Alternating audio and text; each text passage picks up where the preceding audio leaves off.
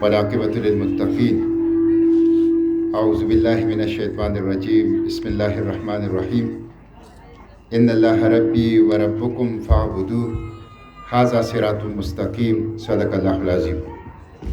اللہم صلی وسلم علی عبدک و رسولک و حبیبک سیدنا محمد النبی الامی وعلی آلہ و اصحابہ و بارک وسلم۔ محترم نصر اللہ چودھری صاحب، محترم حاجی ظریف گل صاحب، محترم رضوان اللہ خان ممن صاحب، محترم مولانا جمال الدین صاحب، جناب فضل وہاب صاحب، صادق خٹک صاحب، مشتاق ایڈوکیٹ صاحب، حاجی بختور شاہ صاحب، ہمارے ہر دل عزیز حاجی امان گل صاحب، اور میرے بھائی جناب قاضی نثار احمد صاحب، اور چھوٹے بھائی قاضی رشید احمد صاحب، حاضرین مجلس، خواتین و حضرات، عزیز طلباء و طالبات، میں سب سے پہلے تو قاضی نثار صاحب کو، امائی اسکول کے تمام ایڈمنسٹریشن کو اور طلباء طالبات کو مبارکباد دیتا ہوں کہ انہوں نے اپنی تعلیمی جدوجہد کا ایک اہم مرحلہ 1 سال مکمل کیا، اور جن بچوں نے یہاں پہ انعامات لیے ہیں نصابی و ہم نصابی سرگرمیوں میں ان تمام بچوں کو بھی مبارکباد دیتا ہوں، اور ان کے والدین اور اساتذہ کرام کو بھی مبارکباد دیتا ہوں۔ یہاں تفصیل سے باتیں ہوئی ہیں اور ایک طویل وقت سے آپ لوگ یہاں تشریف فرما ہیں، مائیں بھی ہیں اور بچے بھی ہیں، تو میں کوشش کروں گا کہ مختصر چند باتیں اس مجلس کی مناسبت سے آپ لوگوں کے سامنے رکھوں۔ سب سے پہلی چیز تو یہ ہے کہ یہ بچے ہمارے پاس اللہ کی امانت ہے۔ اللہ تعالیٰ کی بہت سی نعمتیں ہیں۔ اللہ تعالیٰ کی نعمت یہ زندگی ہے، اللہ تعالیٰ کی نعمت یہ صحت ہے، اللہ تعالیٰ کی نعمت یہ جو انواع و اقسام قسم کے پھل ہیں، غلے ہیں، اناج ہیں، خوراک کا سامان ہیں، یہ ہیں، اور بہت سی نعمتیں ہیں۔ وَإِن تَعُدُّوا نِعْمَةَ اللَّهِ لَا تُحْصُوهَا۔ قرآن کہتا ہے کہ اگر تم اللہ کی نعمتوں کو شمار کرنا چاہو نہیں شمار کر سکتے، بہت سی نعمتیں۔ فَبِأَيِّ آلَاءِ رَبِّكُمَا تُكَذِّبَانِ۔ تو ان نعمتوں میں سے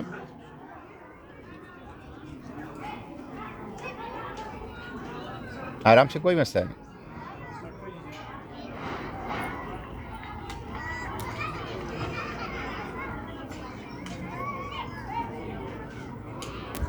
ایک بڑی نعمت یہ بچے ہیں۔ اللہ تعالیٰ نے آپ کو یہ بچے دیے ہیں، اور الحمدللہ صحیح سلامت ہیں، صحت مند ہیں، اور پھر آپ کو یہ موقع دیا ہے کہ ان کو اسکول بھیجیں، ان کو تعلیم اور تربیت ان سے روشناس کرائیں، تو یہ سب سے بڑی نعمت ہے۔ اور اس نعمت کے بارے میں اللہ پوچھے گا، اس نعمت کے بارے میں اللہ کے ہاں سوال ہوگا۔ اس لیے اللہ کی اس نعمت اولاد کی قدر کیجئے، خواہ وہ لڑکے ہیں اور خواہ وہ لڑکیاں ہیں، سب کی قدر کیجئے۔ یہ اللہ تعالیٰ کی طرف سے، اللہ کی نعمتوں میں سے بڑی نعمت ہے آپ کے پاس۔ بحیثیت قوم بھی اللہ تعالیٰ نے ہمیں اس نعمت سے نوازا ہے۔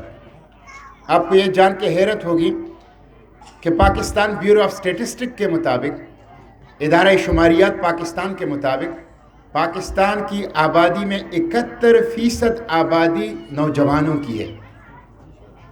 71.5% پاپولیشن ہماری آبادی کا وہ بیلو 30 ایئرز ہے، 30 سال سے کم عمر ہے۔ Pakistan is one of the youngest nation of the world. Pakistan کو نوجوانستان کہا جاتا ہے، ینگستان کہا جاتا ہے۔ یہ بہت بڑی نعمت ہے۔ اور پھر میں آپ کو بتاؤں، خیبر پختونخوا میں یہ نعمت کچھ اور ہی زیادہ ہے۔ پاکستان میں نوجوانوں کی تعداد 71% ہے، اور خیبر پختونخوا میں 77% ہے، 77%۔ تو یہ بہت بڑی نعمت ہے۔ اس نعمت کو تعلیم سے وابستہ کرنا، ان کی اچھی تربیت کرنا، کہ یہ اپنے خاندان کا، والدین کا نام روشن کرے، اپنے صوبے، ملک اور امت کا نام روشن کرے، انسانیت کے کام آئے، یہ ہماری ڈیوٹیوں میں سے سب سے اہم ڈیوٹی ہے۔ یہ اسکول کی بھی ڈیوٹی ہے، مائی اسکول کی، لیکن یہ صرف مائی اسکول کی ڈیوٹی نہیں ہے۔ مائی اسکول میں تو آپ اس کو بھیجتے ہیں 6 گھنٹوں کے لیے، باقی 18 گھنٹے تو وہ آپ کے ساتھ گزارتے ہیں۔ تو یہ آپ کی بھی ڈیوٹی ہے، ماؤں کی ڈیوٹی ہے، والدین کی ڈیوٹی ہے، خاندان کی ڈیوٹی ہے کہ ہم ان کو تعلیم دیں اور تعلیم کے ساتھ اچھی تربیت دیں۔ بدقسمتی سے اس کی طرف توجہ کم ہے، اسکولوں کی توجہ بھی کم ہے۔ والدین تو یہ سمجھتے ہیں کہ یہ چند سو یا چند ہزار کی فیس جب ہم دے کر بچے کو بیچتے ہیں تو ہم فارغ ہو گئے، ہماری اب بچوں کی کوئی ذمہ داری نہیں ہے۔ یہ مس الفت جانے اور بچے ہمارے جانے، اور یہ قاضی نثار صاحب جانے اور ہمارے بچے جانے، اس طرح نہیں ہوگا۔ بچے اسکول میں 6 گھنٹے گزارتے ہیں اور بچے آپ کے ساتھ 18 گھنٹے گزارتے ہیں۔ جب آپ بھی ٹیچرز کی طرح بچوں کی نگرانی نہیں کریں گے، بچوں کی تعلیم و تربیت کا دھیان نہیں رکھیں گے، تو صرف 6 گھنٹوں میں کسی ٹیچر کے پاس ایسا کوئی دم نہیں ہے کہ وہ ان بچوں پہ چپ کرے اور یہ غیر معمولی بن جائیں۔ سب سے مشکل کام اس دنیا میں انسان کی تربیت ہے، سب سے مشکل کام انسان کو اس دنیا کے اندر تہذیب سکھانا ہے۔ تو یہ صرف اسکول کی طرف سے نہیں ہوگا، یہ صرف ٹیچرز کی طرف سے نہیں ہوگا۔ جب اسکول اور ٹیچرز اور والدین ایک پیج پر ہوں گے، جب اسکول اور فیملی، خاندان ایک پیج پر ہوگی، تب بچوں کی تربیت ہوگی۔ تو اس کی طرف دھیان اسکولوں کا بھی کم ہے۔ جس طرح چودھری صاحب نے کہا، اسکول گریڈ تو دیتی ہے، اسکول نمبر تو دیتی ہے، اور کمپٹیشن لگی ہے، بچوں کی تباہی پھیر دی بچوں کی۔ یعنی جو ظلم آج کل کے بچوں کے ساتھ ہو رہا ہے، وہ باقاعدہ ایک ٹینشن، ایک ڈپریشن، ایک شدید ذہنی دباؤ کے اندر زندگی گزارتے ہیں۔ والدین کی طرف سے بھی آپ نے نمبر لینے، آپ نے گریڈ لینے، ٹیچر کی طرف سے بھی اسکول میں اپنے ہم عمر، اپنے کلاس فیلو کی طرف سے بھی آپ نے بچوں کو کیسے رکھا، کیسے اس کی نشوونما ہوگی، کیسے وہ غیر معمولی لوگ بنیں گے۔ کوئی ضرورت نہیں ہے گریڈز کی، کوئی ضرورت نہیں ہے 100/100 مارکس کی، یہ تعلیم نہیں ہے۔ تعلیم اس سے بڑھ کر کوئی چیز ہے۔ اس لیے اس حوالے سے ذرا اپنے بچوں کے ساتھ نرمی کیجئے اور بچوں کو ذہنی اور نفسیاتی دباؤ کے اندر نہ رکھیے، ان کو چھوڑیے کہ وہ کچھ تعلیم حاصل کریں، تربیت کریں، اس کے بعد کھیلیں، اس کے بعد کودیں، اس کے بعد کچھ شرارتیں کریں اور کچھ ان کا ذہن آزاد ہو، تب وہ تخلیقی غیر معمولی شخصیت کے لوگ بنیں گے، ورنہ وہ کمزور شخصیت کے افراد بن سکیں گے۔ تو والدین کی طرف سے بھی کمزوری ہے، خاندان کی طرف سے، بچوں کی اسکولز کی طرف سے بھی کمزوری ہے، اور ریاست کو تو سرے سے فکر ہی نہیں ہے۔ آپ اندازہ لگا لیں ہماری حکومت اور ریاست کو، یہ جو 71% پاکستان کے نوجوان اور 77% خیبر پختونخوا کے نوجوان ہیں، ان کی فکر کتنی ہے آپ اندازہ کر لیں۔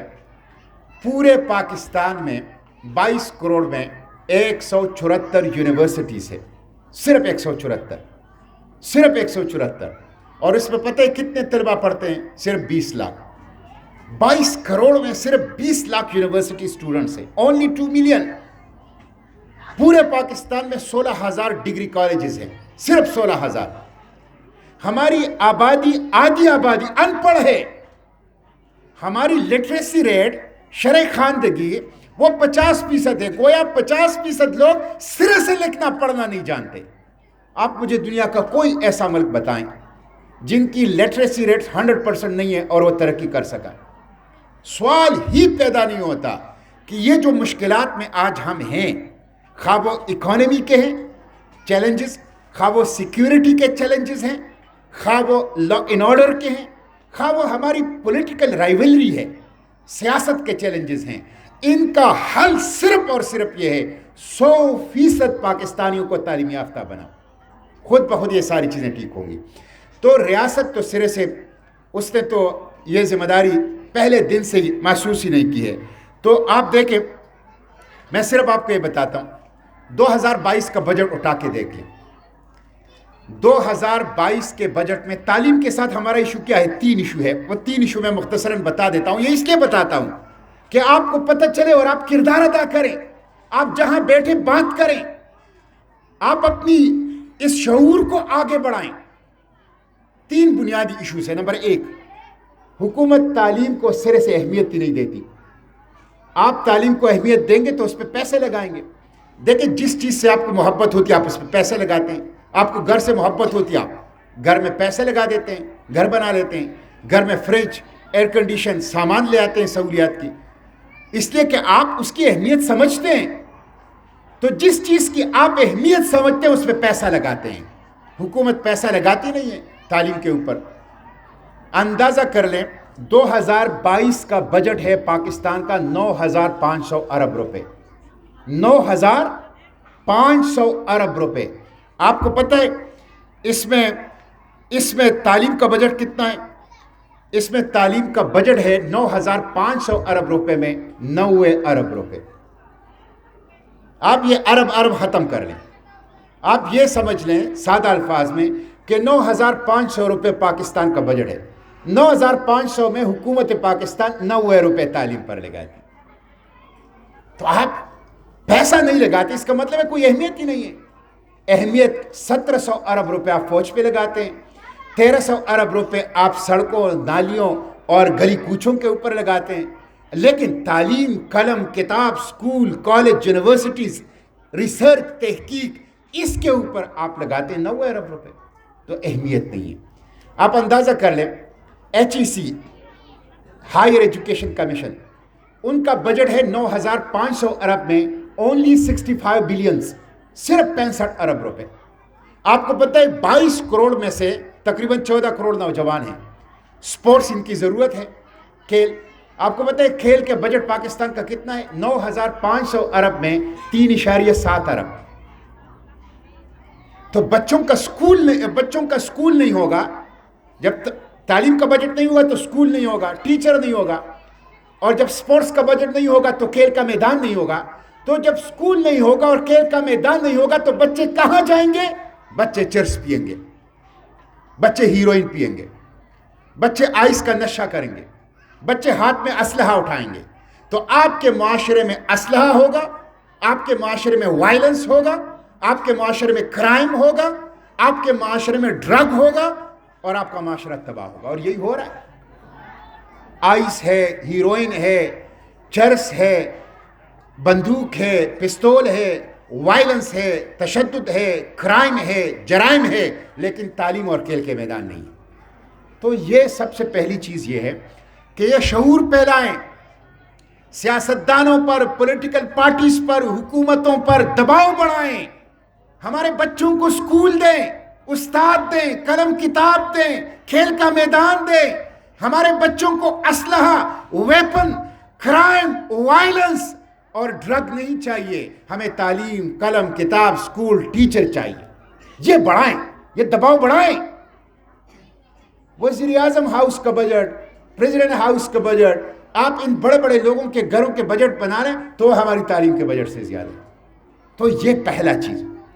دوسری چیز ہماری تعلیم کا جس کے لیے آپ کو شعور اور بات کرنی چاہیے وہ یہ ہے کہ ہماری تعلیم اس وقت چوں چوں کا مربع ہے.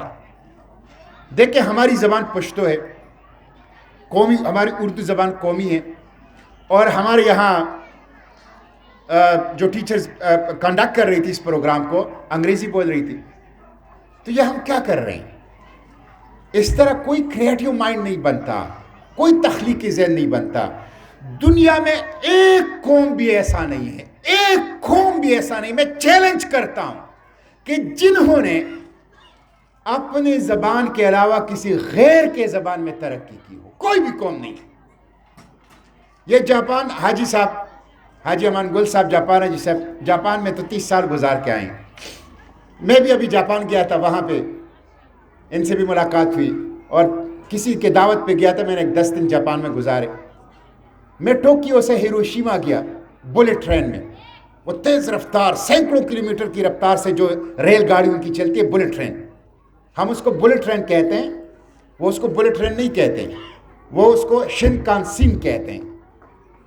اپنی زبان ہے میری, میں کیوں دوسروں کی زبان بولوں؟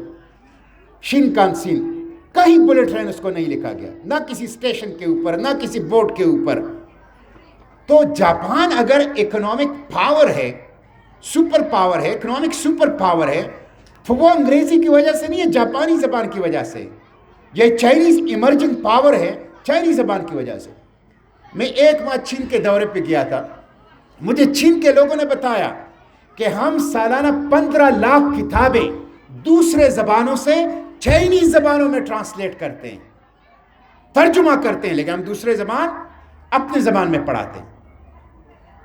آپ چین کا, آپ جاپان کا, آپ ایون ترکی کا, آپ ان سب کی مثال لے لیں. آپ روس کا, روس میں آپ کو بورڈ نہیں ملے گا انگریزی کے اندر. میں ماسکو میں رہا ہوں, آپ کو کوئی بورڈ نہیں ملے گا انگریزی کے اندر. آپ ایون یہ جو اسکینڈینیوین کنٹریز ہے یورپ کے, چھوٹے چھوٹے ممالک ایک ایک ضلع کے برابر, ان کی بھی اپنی زبان ہے, وہ اپنی زبان میں پڑھاتے ہیں.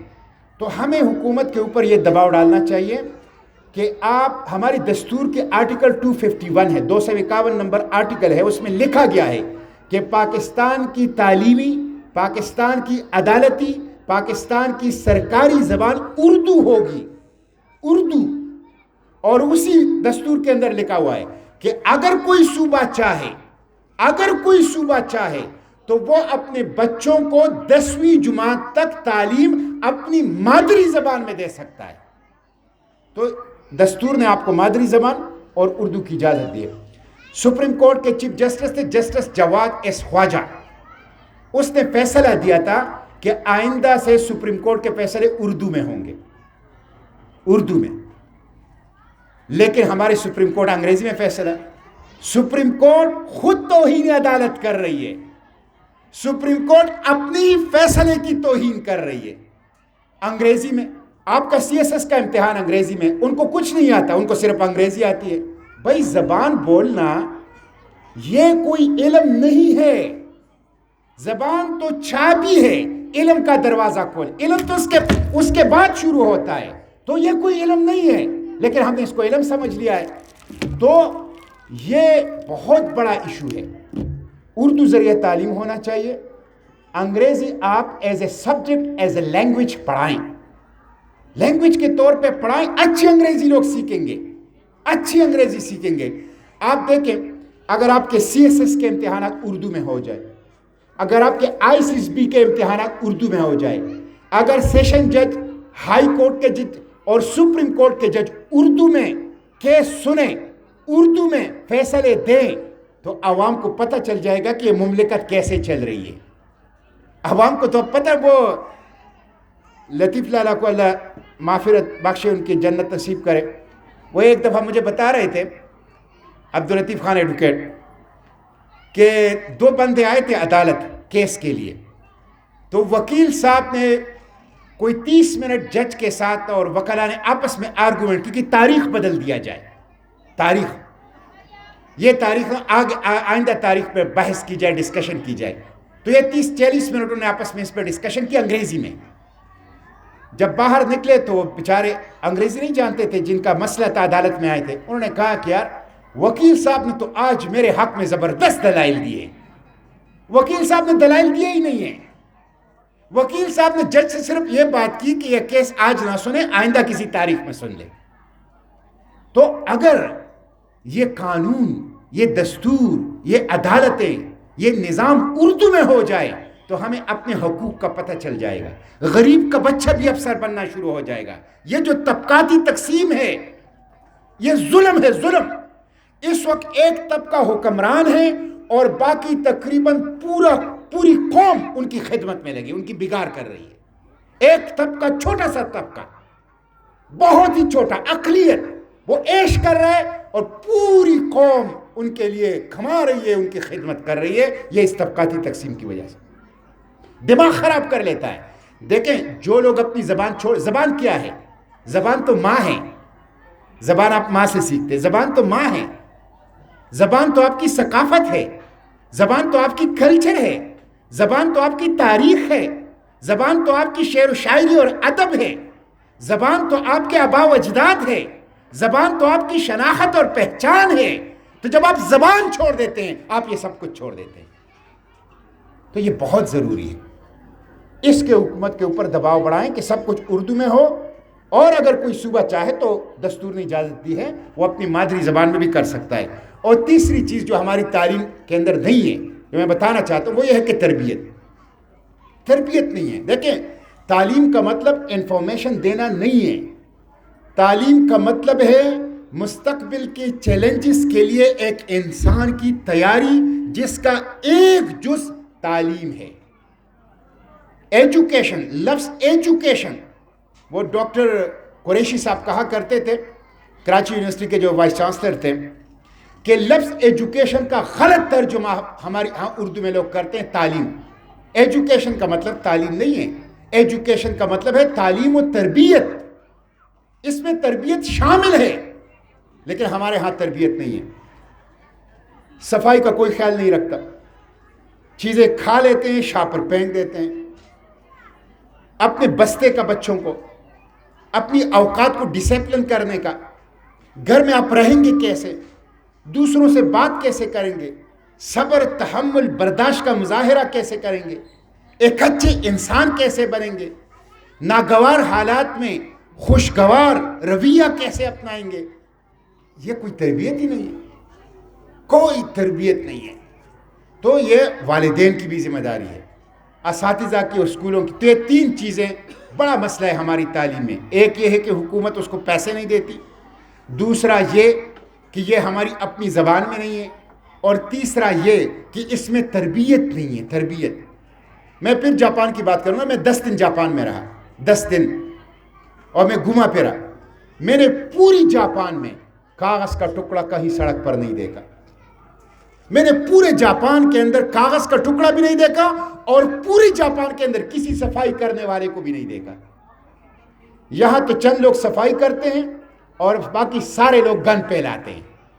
صفائی کی ذمہ داری چند لوگوں کی ہے، گند پھیلانے کی ذمہ داری سب کی ہے. یہ تربیت نہیں ہے. صفائی تو ہماری نصف ایمان ہے، جاپانیوں کا تو نہیں ہے. ہمارے مسلمانوں امتیوں کو کہا گیا کہ یہ نصف ایمان ہے. تو ہم نے لوگوں کو، اپنے بچوں کو یہ تربیت سکھانی ہے. تربیت بہت زیادہ ضروری ہے. تو اپنے بچوں کو آپ تربیت سکھائیں. میں یہ چند باتیں تعلیم کے اوپر کر کے، کچھ باتیں میں ملک کے حوالے سے کر کے اپنی گفتگو سمیٹتا ہوں. دیکھیں، ہمارا ملک جو ہے یہ بھی ماں کی گود کی طرح ہے. جو بچہ ماں کی گود سے محروم رہ جائے تو وہ کتنی مشکل میں ہوتا ہے. یہ ہمارے لیے باپ کے سایہ شفقت ہے. جو بچہ یتیم ہو، اس کا باپ نہ ہو، تو اس کی زندگی کتنی مشکلات میں گزرتی ہے. تو یہ ریاست، یہ ملک، یہ ہمارا وطن، یہ ہمارے لیے ماں کی گود بھی ہے اور ہمارے لیے باپ کے جو سایہ شفقت بھی ہے. لیکن یہ ملک اس وقت خطرات میں ہے، یہ آپ مان لیں. ویسے تو ہم کہتے ہیں پاکستان نازک دور سے گزر رہا ہے، لیکن حقیقتاً پاکستان آج نازک دور سے گزر رہا ہے. آپ معیشت کی صورتحال دیکھیں، کتنا دکھ ہوتا ہے. ابھی کچھ عرصہ پہلے ہمارے کچھ نوجوان جا رہے تھے، تو یہ جو 20 ٹائروں والا ٹرک نہیں ہے، یہ ایران اور ترکی جاتے تھے سامان لے جانے کے لیے. تو ان کے نیچے تہخانوں میں وہ نوجوان چھپ کے بیٹھے تھے تاکہ باہر چلے جائیں، اور وہاں پہ راستے میں ڈاکوؤں نے ان کو نکال کے مار دیا بلوچستان میں. ابھی چند دن پہلے ہمارے پاکستانی جا رہے تھے کشتی میں، چھوٹی سی کشتی میں سمندر میں، اور وہ کشتی ڈوب گئی. اس میں 14 سال کا پشاور کا ایک بچہ بھی تھا. اس میں ایک شاہدہ نام کی خاتون تھی. شاہدہ، پتہ ہے شاہدہ کیوں جا رہی تھی؟ چھپ کے جا رہی تھی یورپ. ان کا بچہ معذور تھا، وہ ماں تھی، اور ان کے پاس پیسے نہیں تھے. تو وہ جا رہی تھی، فٹ بال کی کھلاڑی تھی اور ہاکی کی کھلاڑی تھی شاہدہ.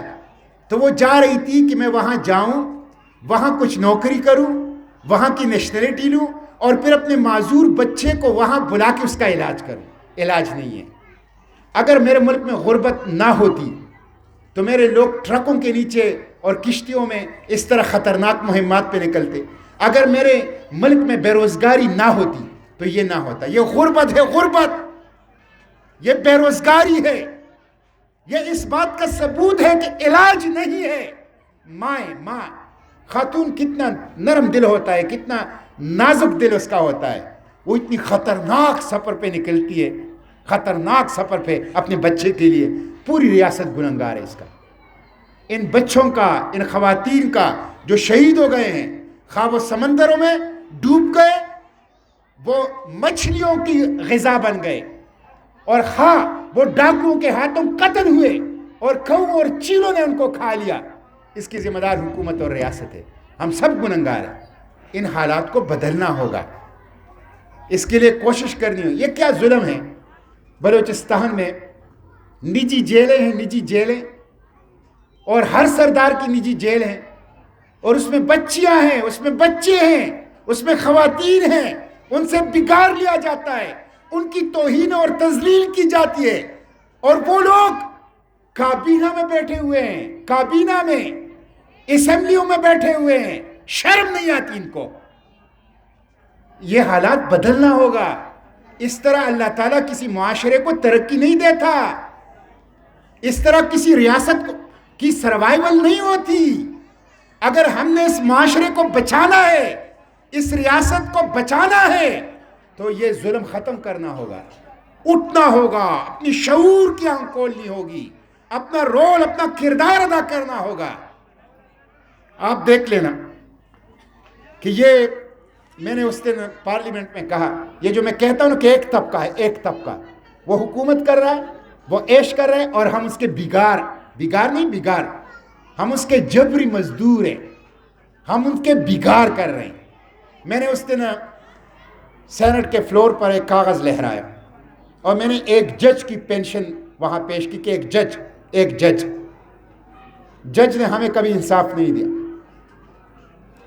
21 لاکھ مقدمات زیر التوا ہیں۔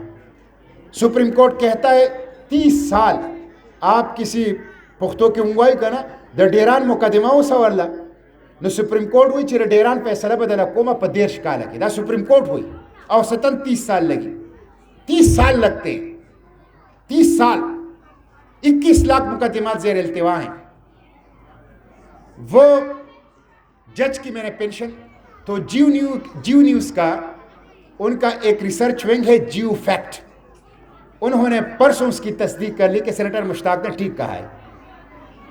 ایک جج کی پینشن ہے 10 لاکھ روپے،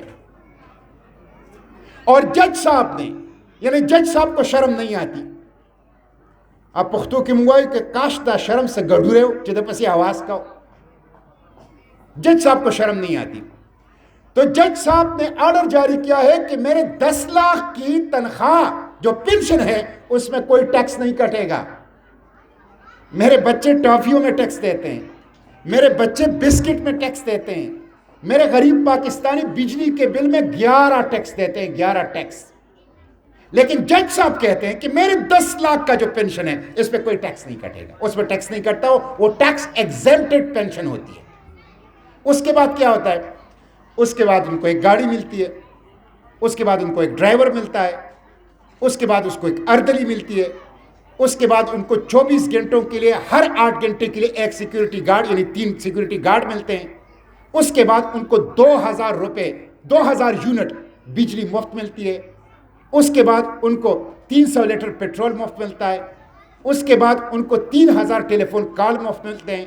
اس کے بعد ان کو پانی مفت ملتا ہے۔ اس کے بعد ان کو گیس مفت ملتا ہے، اور اس کے بعد اگر وہ سرکاری گاڑی خریدنا چاہے تو اسے مارکیٹ ریٹ پر سرکاری گاڑی بھی دیجیے۔ یہ ہم نے پالے ہوئے ہیں، پالے، اور یہ دیکھ کا ایک چاول ہے، یہ دیکھ کا ایک چاول ہے۔ جرنیلوں کا آپ اٹھا لے وہ بھی اسی طرح ہے، بلکہ جرنیل تو اس سے بھی بڑھ کر ہے۔ ریٹائر جرنیل، وہ جو کہتے ہیں نا ہاتھی زندہ لاکھ کا اور مرا 1.25 لاکھ کا، ریٹائر ہو کے اور قیمتی ہو جاتے ہیں۔ جرنیل بھی اسی طرح ہیں۔ اور پارلیمنٹیرین کی تنخواہیں تو کم ہیں لیکن ان کی مار داڑ بہت زیادہ ہے۔ سب کارخانہ دار ہیں، سب کے ٹاؤن پلاننگ ہے، مختلف قسم کے ریئل اسٹیٹ بزنس کرتے ہیں، اور سب مارداڑ کرتے ہیں، مارداڑ۔ اور اسی طرح سرکاری افسران، آپ کو پتہ ہے یہ جو اے سی اور ڈی سی میں بیٹھا ہوا ہے، ان کی تنخواہیں کتنی ہیں؟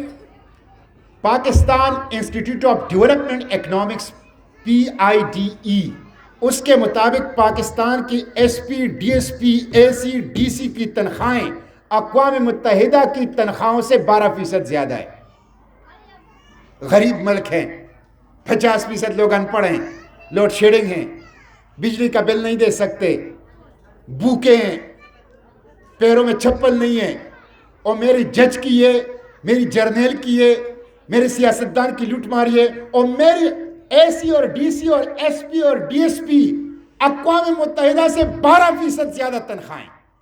آپ کو پتہ ہے ہر سرکاری افسر حکومت کو ایک سرٹیفکیٹ دیتا ہے کہ میں سرکاری گاڑی استعمال نہیں کروں گا، سرکاری گاڑی کے استعمال کے بجائے تقریباً 1 لاکھ روپے گاڑی قیمت میں حکومت سے لیتے ہیں، 1 لاکھ روپے بھی لیتے ہیں سرٹیفکیٹ دے کے سرکاری گاڑی استعمال نہیں، اور 3 سرکاری گاڑیاں، ایک ان کے لیے، ایک ان کے بچوں کے لیے، ایک ان کی اہلیہ کے لیے، 3 سرکاری گاڑیاں بھی، اور مونیٹائزیشن یعنی سرکاری گاڑی استعمال نہ کرنے کی سرٹیفکیٹ دے کر 90,000 یا 1 لاکھ روپے وصول کرنا وہ بھی کر رہے ہیں۔